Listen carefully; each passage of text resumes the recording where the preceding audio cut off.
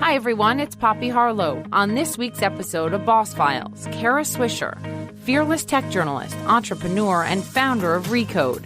She presses the biggest names in tech for answers.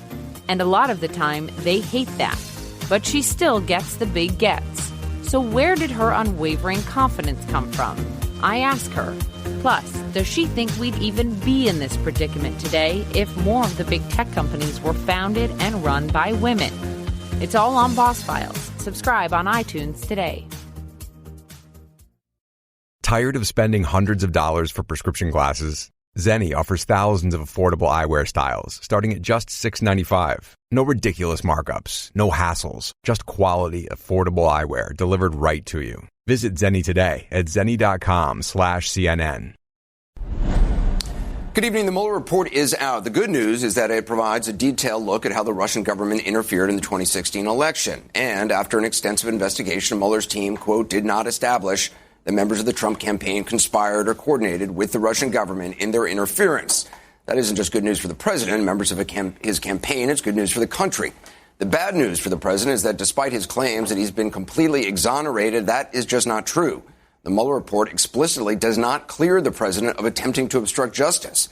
In fact, it details repeated attempts by the president to interfere with the investigation, efforts to thwart a probe that the president saw as an existential threat. Reading now from a Justice Department staffer's account in the report, when Sessions told the president that a special counsel had been appointed, the president slumped back in his chair and said, "Oh, my God, this is terrible. This is the end of my presidency. I'm effed," using a curse word. On page after page, Robert Mueller details the many ways the president tried to make it all go away, including getting rid of the special counsel. He documents orders that the president gave, such as to fire Mueller, which his subordinates did not carry out, but would have turned the White House politically radioactive. At least 3 people working for the president declined potentially damaging directives from the president. Sometimes they said they would do it, and just they didn't, hoping the president would forget about it, despite having the greatest memory, what he had asked them to do. There's also much in Mueller's 448-page document on episodes that we and others reported on at the time, stories that the president or the administration characterized as fake news. The funny thing, when some of those same people are under oath, they confirmed the so-called fake news was real. Sarah Sanders made up facts about why Comey was fired and under oath admitted what she was, in the words of Mueller, what she said in the words of Mueller, quote, wasn't founded on anything. We'll get to all of that tonight. We begin with the report's bottom line conclusions, how they compare to the Attorney General's portrayal and the president's longstanding claim, which he restated today. I'm having a good day, too. It was called No Collusion, No Obstruction.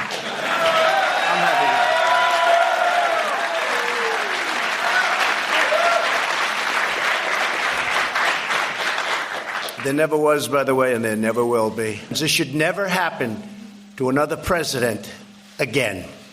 This hoax. This should never happen to another president again. Well, the president spoke just a short time after his attorney general did, with Deputy Attorney General Rod Rosenstein standing behind him, but Robert Mueller notably absent.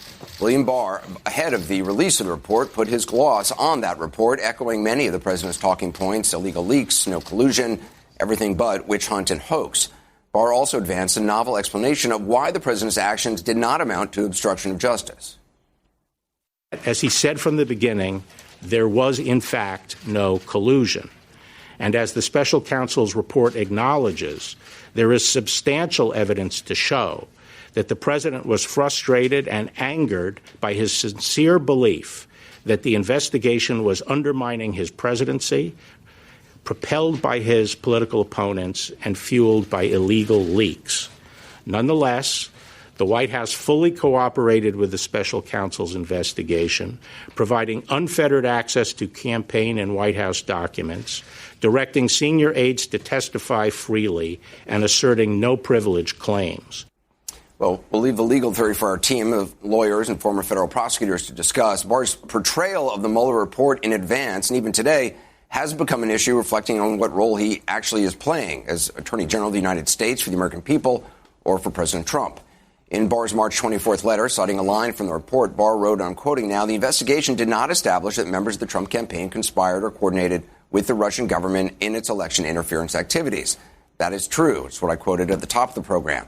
But now we know the full citation, which the Attorney General had access to at the time, it's hardly that rosy. It reads, although the investigation established that the Russian government perceived it would benefit from a Trump presidency and worked to secure that outcome, and that the campaign expected it would benefit electorally from information stolen and released through Russian efforts, the investigation did not establish that members of the Trump campaign conspired or coordinated with the Russian government in its election interference activities.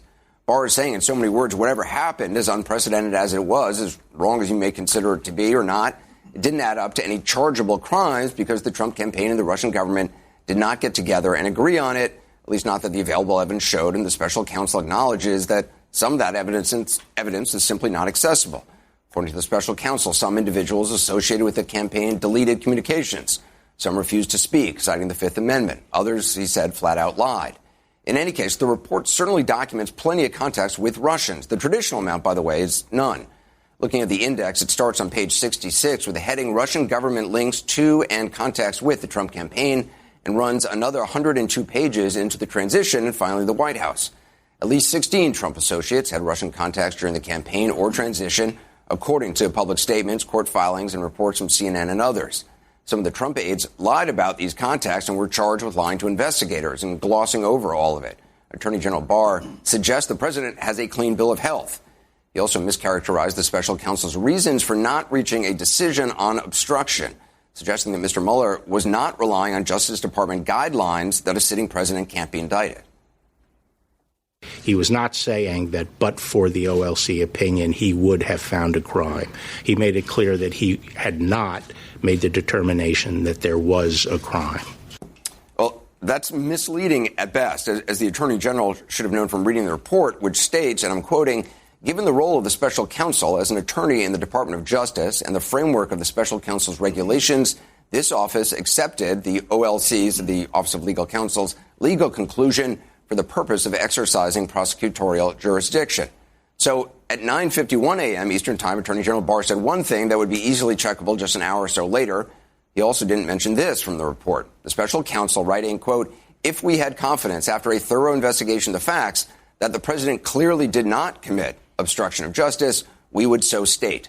Based on the facts and the applicable legal standards, however, we are unable to reach that judgment. We'll certainly talk about that tonight, and we'll also dig into what the Mueller document reveals about stories that we and others reported on that the White House at the time called fake news, despite the stories being true. One involves a report in the New York Times back in January of last year that President Trump had once asked White House counsel Don McGahn to fire Robert Mueller. Here's what the president said about it at the time. Did you fire Robert Mueller? You want to fire Robert Mueller? Fake news, folks. Fake news. What's your message today? Typical New York Times fake stories. It was true. That was a lie. The Mueller report works through the entire episode step by step, day by day, as the president stews over it, tries to get Don McGahn to lie about it, too, demanding he write a letter calling the story inaccurate, which it wasn't. Finally, days later, the two meet, and I'm quoting from the report. The president asked McGahn, did I say the word fire? McGahn responded, what you said is tell Rod that Mueller has conflicts and can't be the special counsel. The president responded, I never said that. The report continues. The president then asked, what about these notes? Why do you take notes? Lawyers don't take notes. I never had a lawyer who took notes. McGahn responded that he keeps notes because he is a, quote, real lawyer, and explained... You find that funny, Jeffrey Tubin? Okay. All right. Well, settle down. You get plenty of time. I'm sorry. I know, but I just, it's anyway, please continue. He's a real lawyer. It's your program. And explained that notes create a record and are not a bad thing. The president went on to say, I've had a lot of great lawyers like Roy Cohn. He did not take notes. He also got disbarred, if memory serves me. I mean, I knew that is correct. Kid, yes. But yeah. Didn't end well for Roy Cohn. Clearly, Roy Cohn was no Don McGahn. In any event, this wasn't the only such incident. There's also the firing of James Comey and the bogus reason given for it at the time. So what's your response to these rank-and-file FBI agents who disagree with your contention that they lost faith in Director Comey? Look, we've heard from countless members of the FBI that say very different things. What led you in the White House to believe that he had lost the confidence in the rank and file of the FBI when the acting director says it's exactly the opposite? Well, I can speak to my own personal experience. I've heard from countless members of the FBI that are grateful and thankful for the president's decision. turns out there weren't countless FBI agents calling up Sarah Sanders at the White House to express their relief. Sarah Sanders she was speaking, by the way, on 2 consecutive days for countless grateful members of the FBI, allegedly, whom she pulled out of her hat. How do we know that? Because she said so under oath. Reading now from page 72 of the report, Sanders told this office that her reference to hearing from, quote, countless members of the FBI was a slip of the tongue. She also recalled that her statement in a separate press interview that rank-and-file FBI agents had lost confidence in Comey was a comment she made, quote, in the heat of the moment that was not founded on anything. 448 pages of accounts like that, of meeting Russians, lying about it, of the president repeatedly answering questions with the words, I don't recall, despite claiming to have the best memory. The report clears the president of criminally conspiring with the Russians. That is incredibly important and a great thing for the country. Not, though, of seriously questionable contact.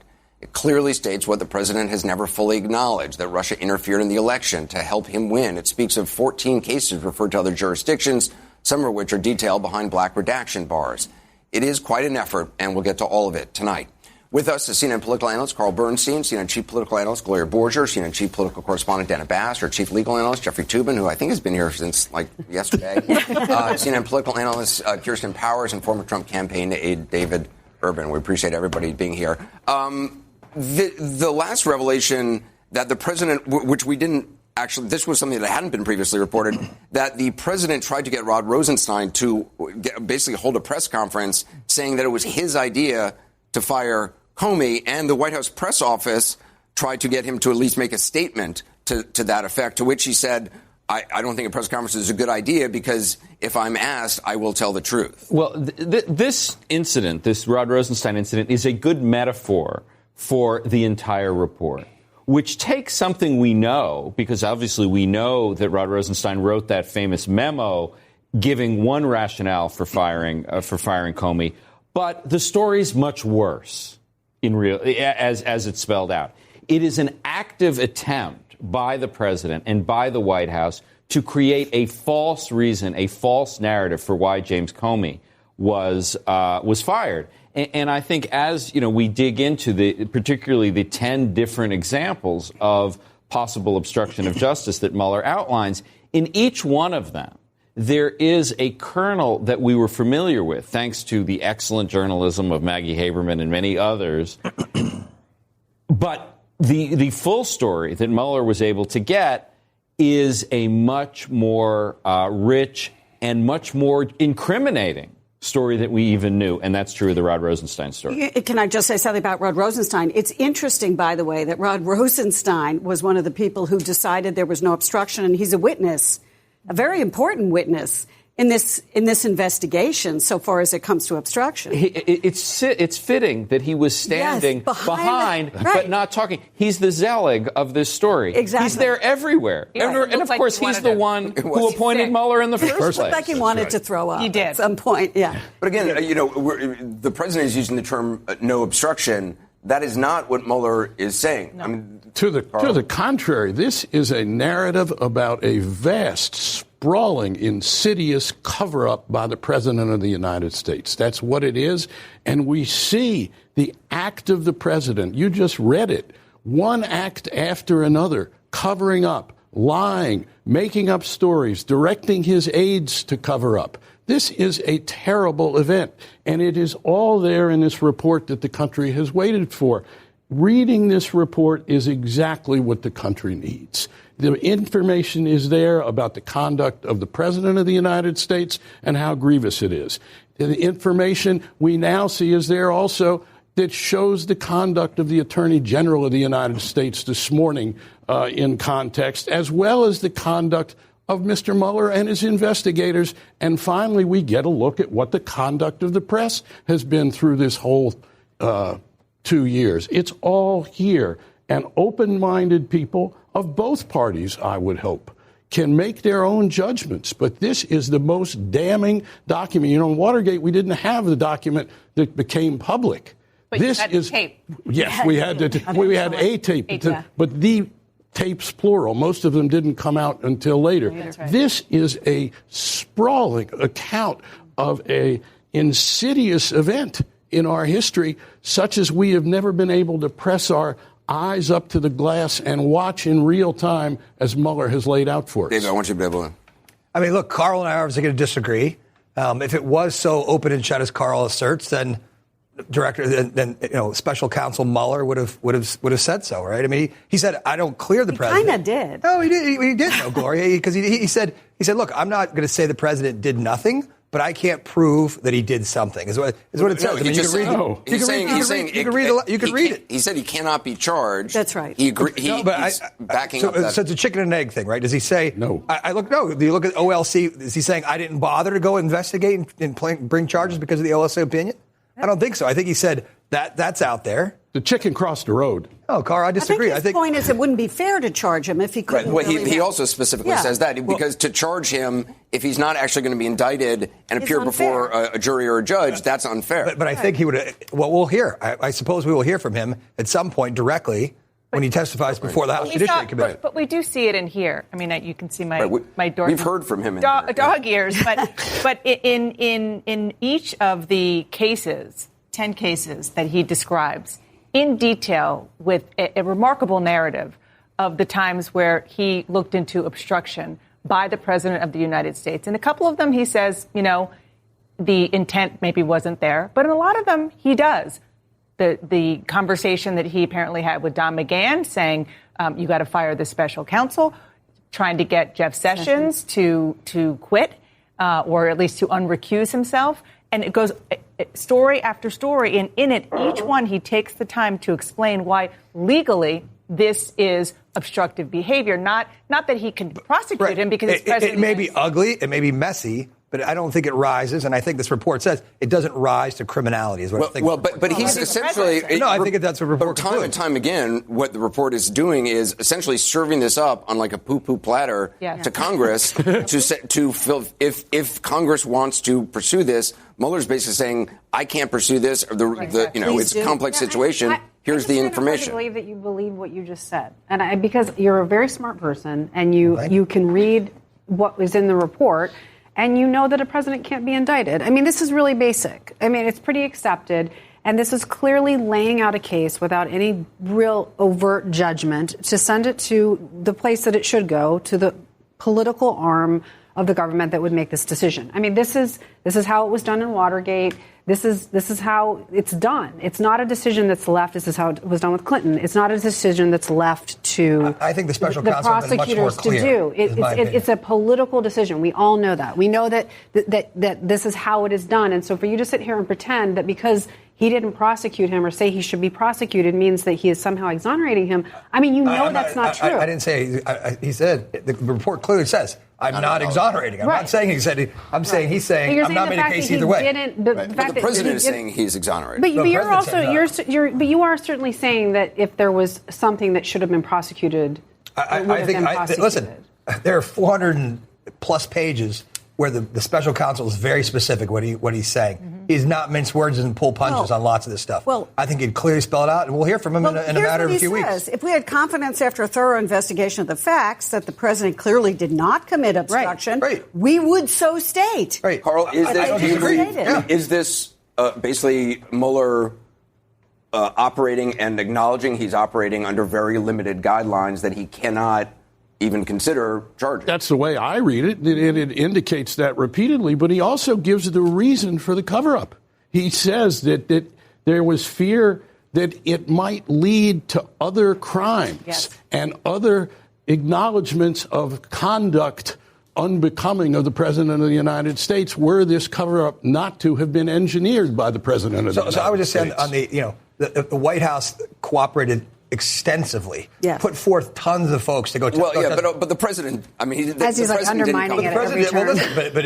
But there's no doubt that everybody in the White House was told to cooperate fully, they cooperated extensively. There was no assertion of executive privilege. Right. So, I mean, in terms of trying to obstruct justice, listen, I'd submit that currently that this White House, they've gotten 81 subpoenas from the House Judiciary Committee.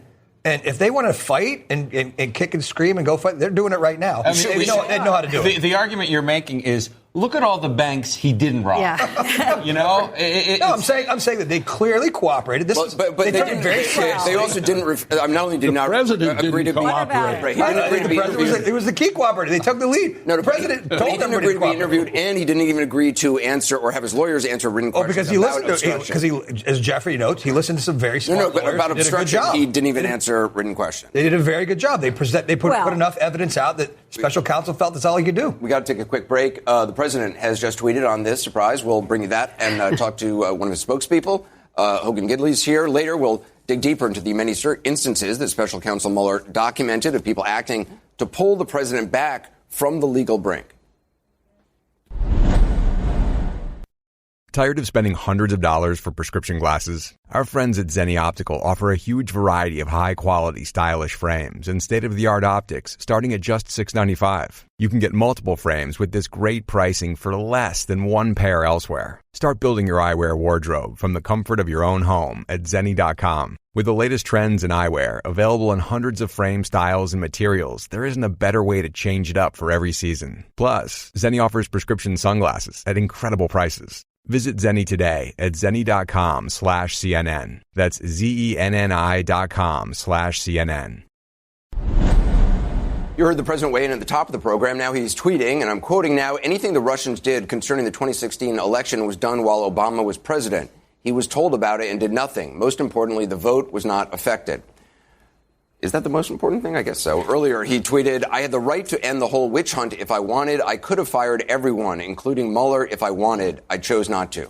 Joining us now is Deputy White House Press Secretary Hogan Gidley. Hogan, thanks for coming in. I think it's important to reiterate what I did at the top, and since the beginning of this, that it's good for the country that the president and the people in the campaign were found to not be in a criminal conspiracy with Russia.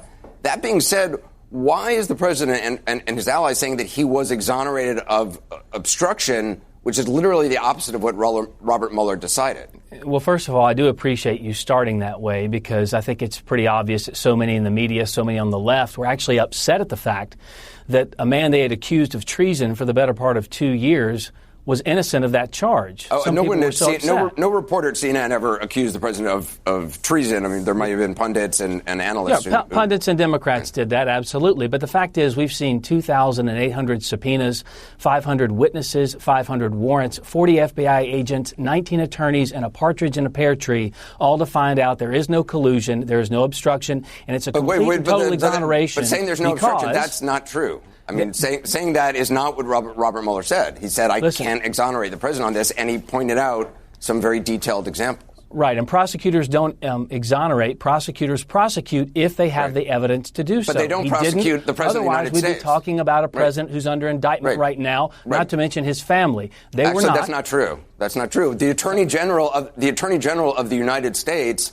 has said this in the memo in which he sent, uninvited to folks in the White House, that the sitting president can't be indicted. Robert Mueller accepted that. So the idea that, well, if there was things to indict, they would have indicted him. He can't be indicted. While that is what the Attorney General believes, let's also be clear that Robert Mueller said that they didn't use that into consideration. That's not when true. They decided, he said that in the report that he didn't use that. No, when actually, he said not only did they. In fact, I think the important part is here, and this is something that I think your guests would appreciate. I'm reading from the report now. The evidence we obtained did not establish that the president was involved in any underlying crime related to Russian election interference. Right. It can't be any clearer than that. If he had the goods on him, he would have used it. He didn't. But that's not the case, because time and time again in this report, he is saying it's essentially Congress, which has the constitutional role here to play, and he is offering up evidence for Congress to fulfill constitutional obligations if that is how they see it. And in fact, in the report, he does say that he accepts the OLC finding from the Department of Justice that a sitting president can't be indicted. Furthermore, he goes on to say that it would be unfair to charge the president, given the fact that the Department of Justice would not actually indict a sitting president. So to actually bring charges against him would be unfair to the president because the president wouldn't be able to have his day in court. It's interesting. We're talking about what's unfair to the president after being accused of treason for 2 years, but I digress. You can ignore what I just said. Robert Mueller, the regs of the special counsel are to actually issue a ruling. They did not. Right. They chose not to do that. You're ignoring. It was laden with some political statements, that's fine. You said his belief. Let's go to the impeachment point because you brought it up. Speaker Pelosi said it's not worthwhile, quote unquote, at this time. And Adam Schiff on this very network, who's become quite a star over here, on Wolf Blitzer earlier today, said he was not inclined to impeach either because of, quote unquote, we needed overwhelming and demonstrable evidence. Okay. He's been on your air multiple times saying he has that evidence. I just wish you would acknowledge. Where is the evidence if he has it? I just wish you wouldn't make a false statement. Neither did Robert Mueller. And the president is clean and he's exonerated. I don't like talking over because it's rude to the audience, and I want to be respectful. But, you stated that the OLC finding had nothing to do with what Mueller ended up doing and how he acted. That's just simply not true. And it says so in the report. And it's a very detailed explanation of why he did that. I'm wondering what you make now. We now know that Sarah Sanders admitted under oath that she made up statements about why Comey was fired. Not only that, the press office at the White House tried to get Rod Rosenstein to say something which wasn't true, that he is the one responsible. It was his idea about getting rid of Comey.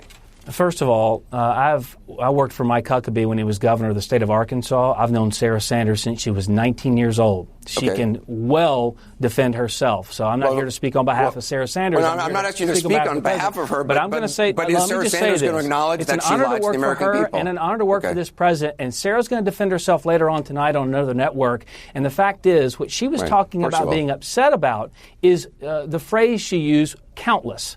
She has been clearly contacted by FBI agents. I've seen the texts. I've seen the absolutely. We don't know I've seen the texts. Well, she said that's not what she said under oath. People saying she said it was complete. It wasn't based on anything. There was no basis for what she said. That was what the conclusion was from the report, not what she said. What she was talking about, that were in quotes, was the word countless, and the slip of the tongue was to use the phrase countless. She will exonerate herself later this afternoon when she has that conversation. And your office, and this was before you were there, so I'm not pointing this at you, but your office, according to Robert Mueller, sworn testimony, tried to get Rod Rosenstein to lie. What's up with that? Again, this is so great that we're going to parse every word of this for the next months. No, I'm not parsing words. It's a pretty bald-faced lie. Absolutely. And we just learned it. But here's the thing. If the president had done something wrong, he would be indicted now. The president asked Rod Rosenstein to lie. He's not going to be indicted. Okay. We've been dealing with this now for 2.5 years. I know you want to ignore the fact that the guy you're working for lies. I know you want. Look, I know so many reporters wanted the outcome to be the case that Donald Trump had done something illegal. I'm very happy as an American. That's why we're sitting here tonight. I'm glad. Most Americans should be happy that their president did not collude with Russia. I am happy. We are literally saying the same thing, talking over each other. I'm glad you are. Okay. I'm just surprised because this is the first time we've learned about it, that the President of the United States actually asked Rod Rosenstein to hold a press conference and lie, and the White House press office also was pushing that, and Reince Priebus was screaming at some flack over the Department of Justice to get Rod Rosenstein out in front of a camera so the guy could lie. I mean, that's normal behavior? No, look, that's absolutely ridiculous. No, it's not. Listen, I agree. No, I understand where you're trying to go with this, but the fact is, what Democrats have wanted for so long, what Democrats have wanted for so long is for the president to be guilty of dealing. You won't answer that. You won't acknowledge the president lied about this. It's in the report. I get it. Look. I appreciate you coming in. You're in a difficult spot. It's not. Look, if they had anything on him, he'd be indicted today. He wasn't because they don't have the evidence. Did the president lie? They have to put up or shut up here, Anderson. Did the president lie? Did the president lie? I'm not aware of him lying. He hasn't lied to me. He's absolutely coming through on all the promises he put forth to the American. He's absolutely coming forth and accomplishing all the promises he said he'd do for the American people, whether it's building a wall or defeating ISIS. Absolutely. I remember a time when the president told us all that you could keep your health care, you could keep your doctor, you could keep your plan. So don't give that to me. The fact is, this has been well litigated at this point. 2 years, $35 million, 1.4 million pieces of paper. I feel bad that you're scared to say that your boss lied. It just There's seems nothing. I just said I don't know why. I would not work in that situation. But anyway, Hogan, I appreciate you're in a difficult spot. You're full of. You have a panel almost every night with people who lie. So I don't know how that's any different than what I'm talking about. Well, that's unfortunate that you would think that. But Anyway, thank you very much for being here. All right, thanks. Yeah. The list of, well, I won't go on. Back with the gang, joining us, CNN senior political analyst David Gergen as well. Jeff, I mean, again, the argument that that Mueller was not taking into account any guidelines, was not operating under specific guidelines and acknowledging those guidelines is simply not true. Well, I mean, it's like criticizing someone for not running the speed of sound. It's like they can't. And the idea that Mueller should be, that it is somehow proof of innocence that Mueller didn't indict Trump is that Mueller couldn't indict Trump. And says so repeatedly. And everyone knew he couldn't. Yeah. Because he's an employee of the Department of Justice, and the Department of Justice has this policy. But what's also particularly interesting about that is for all the president's talk that Mueller was out to get him and that this was a witch hunt, Mueller is very clearly saying, Kirsten, it would be unfair to go ahead and indict him because it won't be brought to court and he can't defend himself. Yeah, I mean, this is just crazy making. This is like saying Nixon didn't do anything because he didn't get indicted. Yeah, but guys, I mean, we know that that's not the case. We know that Nixon did do something bad, and that it was sent over to Congress to deal with it. So why are people saying this when you know that it's not true? Do you remember the entire news cycle of the day when the president's going to be indicted? That was coming out. There was a whole day. I never said BuzzFeed. that. Oh, the BuzzFeed story came out. Well, that wasn't. No, but it ran the whole day. On CNN. It ran the whole day. I watched it. Well, let me just say. I watched it. So the notion that the president could be indicted wasn't so far-fetched that I never thought. Well, I'm just telling you, go back and play it. But Robert Mueller always was operating under this belief. But I'm saying that the notion, everyone in the world believed it wasn't crazy at one point. Right, but what everybody in the world thinks doesn't matter to Robert Mueller. This is what he's doing. Mueller told the president's lawyers, according to our reporting, pretty early on, that he did not intend to indict the president. Period. That's right. And the president's lawyers were very happy with that. And in the report, he also says, look, this is what the Office of Legal Counsel said, and we also recognize that if we did a federal criminal accusation against a sitting president, it would be difficult for him to govern, period. So but it's not impossible, and what we did was pursue this so that sometime in the future, you would have this voluminous record if anybody else decides to prosecute. I've known Hogan for a long time. I met him when I first started covering Mike Huckabee when he was running for president 11 years ago. And that's also when I met Sarah Sanders, who was very young, maybe not 19, but very young. I say that because I think that is why he was answering the way he was when you asked him the very legitimate questions about Sarah Sanders and what it says in this report. But he was just wrong about what it says, because I have it right here. What it says with a quote is I hate it when you bring up original documents that actually have evidence, you know? Yeah. All right. So no, I'm kidding. So she says Sanders told this office that her reference to hearing from, quote, countless members of the FBI was a slip of the tongue. Okay, maybe that she's going to talk about later. But then also says that she also recalled that her statement in a separate press interview that rank-and-file FBI agents had lost confidence in Comey was a comment that she made, quote, in the heat of the moment that was not founded on anything. Yeah. Well, that's what it says. David Gergen, she spoke under oath. We haven't heard from you. There's so much to say and so little time. Listen, I think the critical thing is that after 2 years, that Donald Trump has escaped. I think he's now, people have investigated him. There's been they didn't find criminality with regard to conspiring with the Russians. I do think, David, that the report is very clear that it does not exonerate the president on the question of obstruction. That question is still out there, and nobody knows why Bill Barr jumped in and offered his own conclusion, which seemed out of place and inappropriate. But the critical thing is that Donald Trump, I think, goes stronger into 2020 now.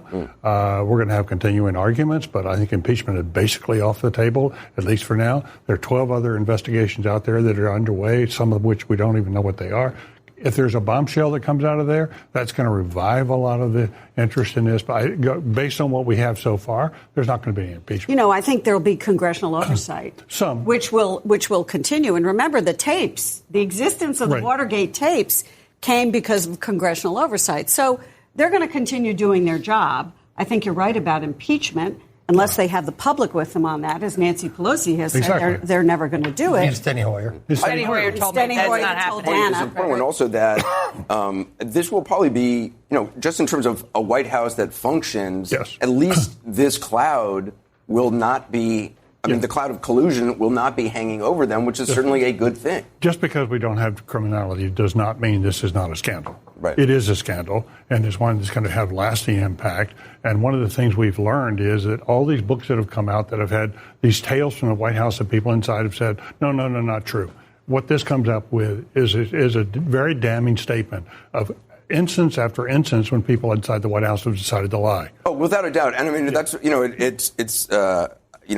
we all know, Hogan's a spokesperson and he has a job to do. Right. But time and time again in this report, so many of these things, with the president saying fake news, right. You have all the spokespeople coming out, right. Categorically denying stuff. Yeah. It's just not true. They were true, one more thing, and they were lying. One more lie that is really, I think, needs to be emphasized. It turns out that the press was a lot more accurate than anybody in the White House would admit. Right. This was not fake news. And I think just as in Watergate, the press was part of the checks and balances that worked against Nixon. I think the press has represented itself well in the sense of being a check and balance. There are times when we get carried away with emotional aspects of this, but I think the reporting has been done by CNN, by the Times, by the Post, by others, has turned out to be very credible, and I think should enhance the reputation of the press. Well, I doubt that will happen. But, I agree. But I think it's very easy also for people to see.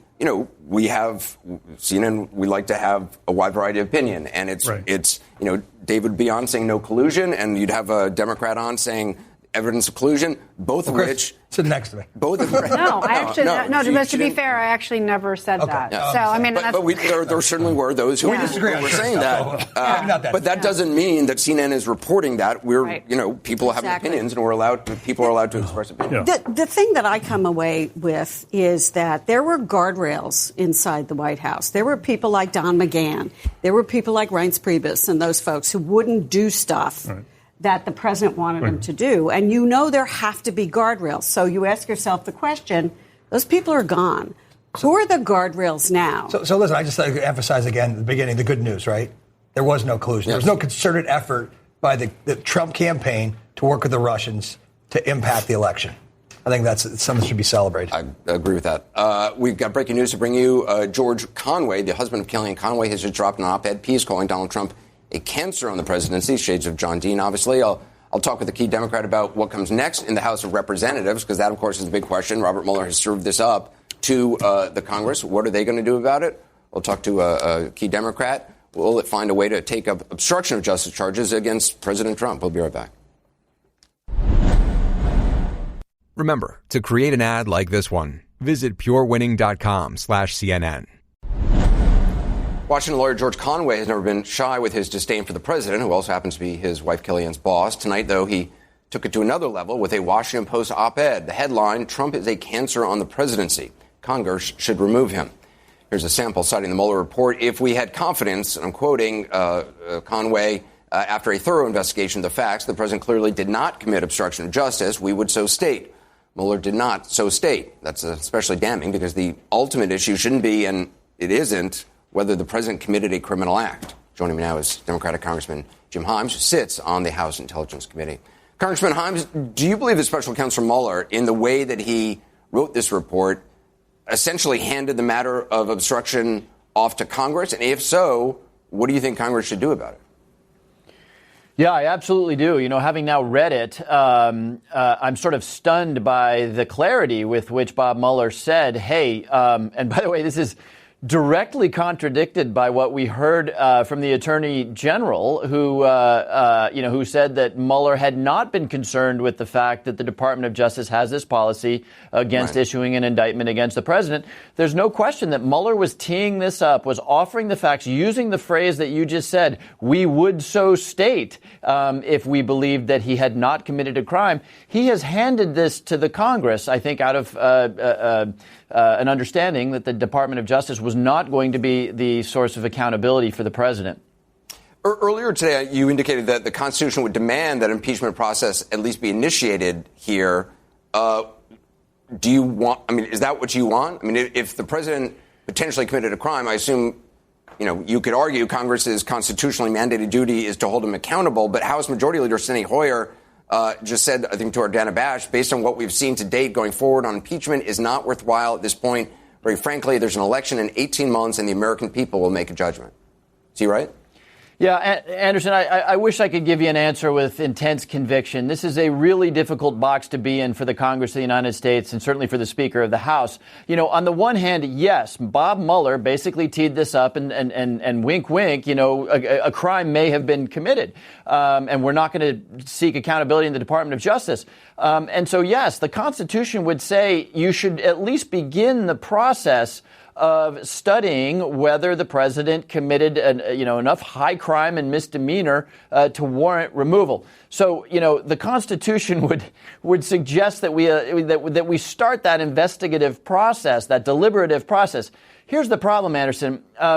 There is, at least in my mind, absolutely no question about how that ends. And that ends with the Senate not convicting. So, right. Again, I don't think there is a crime that this president could commit that would cause the Republican Party to turn on him. So I say with great certainty that we would get to a point after a lot of time, energy, and resources only to have the Senate turn around and acquit him, as happened in the Clinton administration. And then what do we have to show for it? The president can claim to have been a martyr. We will have been distracted from our other oversight tasks, and we will not have addressed the issues that we all ran on: transportation, education, retirement security, health care.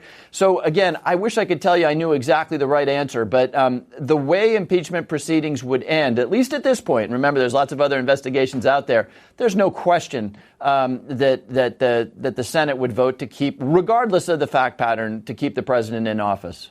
It was reported today that the House Intelligence Committee has authorized subpoenas for 5 former White House officials, including White House counsel Don McGahn. I wonder, why call them in if, at least at this point, impeachment is not on the table? What is the point of further investigation? Because to the point of, Democrats are in a tough corner. If they go for impeachment, they can't get it in the Senate. They've wasted time, and the president can say he's a martyr. You could make the same argument about continuing investigations that are not going to have an end result in some sort of legal action or congressional action. Yeah, I'm not sure I would agree with that for 2 reasons, Anderson. Number one, I was pretty small at the time, but when President Nixon resigned because he was facing imminent impeachment and almost certainly conviction, right up until that moment, it looked like there was no chance he could be impeached. And so new facts, obviously, historically, have influenced the congressional temperament. Now, we live in different times where, sadly, the Republican Party has given itself wholly over to being a cult of personality for the president. But the other thing is, there is a whole school of thought, and I think that Steny Hoyer is a member of this school of thought, which is that there's still a political decision for the American people to make. And the more facts they have, the better they'll be in a position to make a decision in November of 20. All right, Congressman Hyams, appreciate it. Thank you very much. I want to check in with Chris, see what he's working on for Cuomo Primetime. Chris? Now we know. They tried, they denied, they cried, they lied, but now they cannot hide. We have it all set up here. We don't know some of the grand jury stuff yet, Anderson. Right. But we want to talk about how this starts. We're going to go all through it with the president's lawyers tonight and some top experts and a big shot Democrat. Russia interfered. Will the president now admit it? The lies and cover-up all enumerated, different types of what they did, different people they involved. You want to talk collusion? We can, because there's over 100 pages of it. Not criminal activity. Collusion is different. Special counsel lays it out that way. Obstruction. Look at all the incidents. They start with how it was done, what Mueller wanted to have happen, what didn't happen that he wanted, what will happen next, all the different parts, all broken down for people so we can just have the argument once and all. The president's lawyer is right, my friend. It is time to rumble. All right, Chris, thanks very much. We'll see you then. Just a couple of minutes from now, about 11 minutes. As we said, Robert Mueller found no Trump-Russia conspiracy. What did the report say about those efforts that we didn't previously know? That's next. I'm Biagio Messina. And I'm Joke Vinciune. We are the producers behind the HLN television documentary series Unmasking a Killer. Join us as we explore the identification, capture, and arrest of Joseph James DeAngelo, the alleged Golden State Killer, in a special 10-part podcast series, Unmasking a Killer. All new episodes premiering Tuesday, February 12th. Subscribe today at Apple Podcasts or wherever you listen to podcasts. As we said earlier in the program, Special Counsel Mueller documented numerous contacts between Russians and the Trump campaign, including that now famous meeting in Trump Tower between Donald Trump Jr., other high-ranking members of the campaign, and a Russian attorney about what Don Jr. called negative information about the Clinton Foundation. Our senior justice correspondent, Evan Perez, joins me now. So, Evan, there wasn't enough to bring criminal charges, according to Mueller. He did lay out a lot of communication between Russians connected to the government and the Trump campaign. Right, that's clear, Anderson, that according to the special counsel, they found that the Trump campaign knew that they could benefit from what the Russians were up to and essentially were tacitly endorsing all of that activity by the Russians. In the end, what the special counsel found, that they couldn't find a criminal conspiracy because they couldn't find that there was an agreement between people who were associated with the Trump campaign and the Russians. In particular, they looked at a lot of different things, including beyond the conspiracy, the idea perhaps of looking at a campaign finance violation, whether or not perhaps that Trump Tower meeting that Donald Trump Jr. had organized, whether that was a violation of campaign finance laws, because essentially it would be accepting a thing of value from a foreigner. They even looked at whether or not disseminating and spreading some of the emails that had been stolen from the Clinton campaign, whether that would violate the Stolen Properties Act. Again, that's a federal law that makes it a crime to do that. Again, they decided that this was not enough to prosecute anyone. They even looked at whether Michael Flynn had, after the president had essentially looked for Hillary Clinton's stolen emails, deleted emails. They looked at whether or not Michael Flynn, looked at what he had done to try to essentially help find those emails, whether that violated the law. They ended up deciding there was nothing there to bring charges against him. I want to play what the president said at a press conference, which was back in July of 2016, when he brought up Hillary Clinton's emails. Russia, if you're listening, I hope you're able to find the 30,000 emails that are missing. You know, the White House obviously said, that was a joke. Detailed in the report is just how quickly Russia actually acted on that. Right. It was almost instantaneous. It was about 5 hours afterwards. Moscow is about 7 hours ahead of U.S. East Coast time, Anderson. And here's what the special counsel's report says. It says, quote, within approximately 5 hours of Trump's statements, GRU officers, that's the military intelligence service, targeted for the first time Clinton's personal office after candidate Trump's remarks. Unit 26165 created and sent malicious links targeting 15 emails accounts to redacted. Against parts of this is still redacted as part of this investigation, Anderson. No, so they were listening. Evan Perez, thanks very much. Appreciate it. One key member of the nation's intelligence community who warned then President-elect Trump about Russian interference in the 2016 election is retired Lieutenant General James Clapper. He was the director of national intelligence. In the years since, he's been a regular object of President Trump's criticism. He's the author of Facts and Fears, Hard Truths from a Life in Intelligence. He joins us now. Director Clapper, what were your big takeaways from the report? Because one of the things I think that did not get a lot of focus on is the detailed analysis of how Russia interfered in the election. Oh, exactly, Anderson. And that's what, we can argue about obstruction and collusion to the cows come home. But what was huge to me and where I think Special Counsel Mueller rendered a huge public service was in laying out in very rich detail what the Russians did to interfere in our election process in 2016. So I don't think there can be any doubt about what the Russian interference. And I think it points out that there was good reason for intelligence and law enforcement to be concerned about whether or not there was some kind of conspiracy between the Trump campaign and the Russians. The president actually tweeted again tonight, essentially saying, sort of implying, if Russia did interfere, which it's not really even a question of if anymore, according to, at least to the Mueller report, he said, it had no effect on the outcome. He said anything the Russians did concerning the 2016 election was done with Obama was president. He was told about it, did nothing. Most importantly, the vote was not affected. You were President Obama's director of national intelligence. What do you make of that? Well, I think, frankly, both assertions are absurd. President Obama did a lot. Most notably, he directly confronted Putin and very pointedly ask him to stop the interference, which is something that our current president hasn't seen fit to do. So I think that, and I do think, frankly, when you look at the magnitude of and the pervasiveness of the Russian effort, particularly the social media, just Facebook alone, where it reached some 126 million Americans, that to suggest that it had no impact on the election stretches credulity. The election turned on less than 80,000 votes in 3 states which the Russians targeted. And to me, in fact, I make that assertion in the book, I believe the Russians turned the election in Trump's favor. You really believe that? And I think what the Mueller report does is essentially substantiate that. Well, Mueller determined that no one from the Trump campaign conspired or coordinated with Russia. Didn't determine is whether or not members of the Trump campaign may have been unwitting assets of the Russian government. Well, I think if there was an active collusion proven, then I think what we have here is a case of passive collusion, where in some cases unwittingly, to include candidate Trump himself, who retweeted messages that had been planted by the Russians in social media. And so that's a small but important example of how members of the campaign were used and manipulated by the Russians.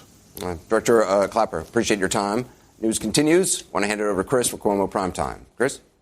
Are you interested in learning how great companies grow? Then download the MarTech Podcast. The MarTech Podcast tells the stories of real-world marketers who use technology to generate growth and achieve business and career success.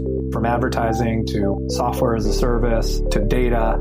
Getting brands authentically integrated into content performs better than TV advertising. Typical lifespan of an article is about 24 to 36 hours. If we're reaching out to the right person with the right message and a clear call to action, then it's just a matter of timing. Ready to learn the secrets of technology-driven marketing? Then download the MarTech Podcast. Just search MarTech, MarTech, wherever you download your podcasts.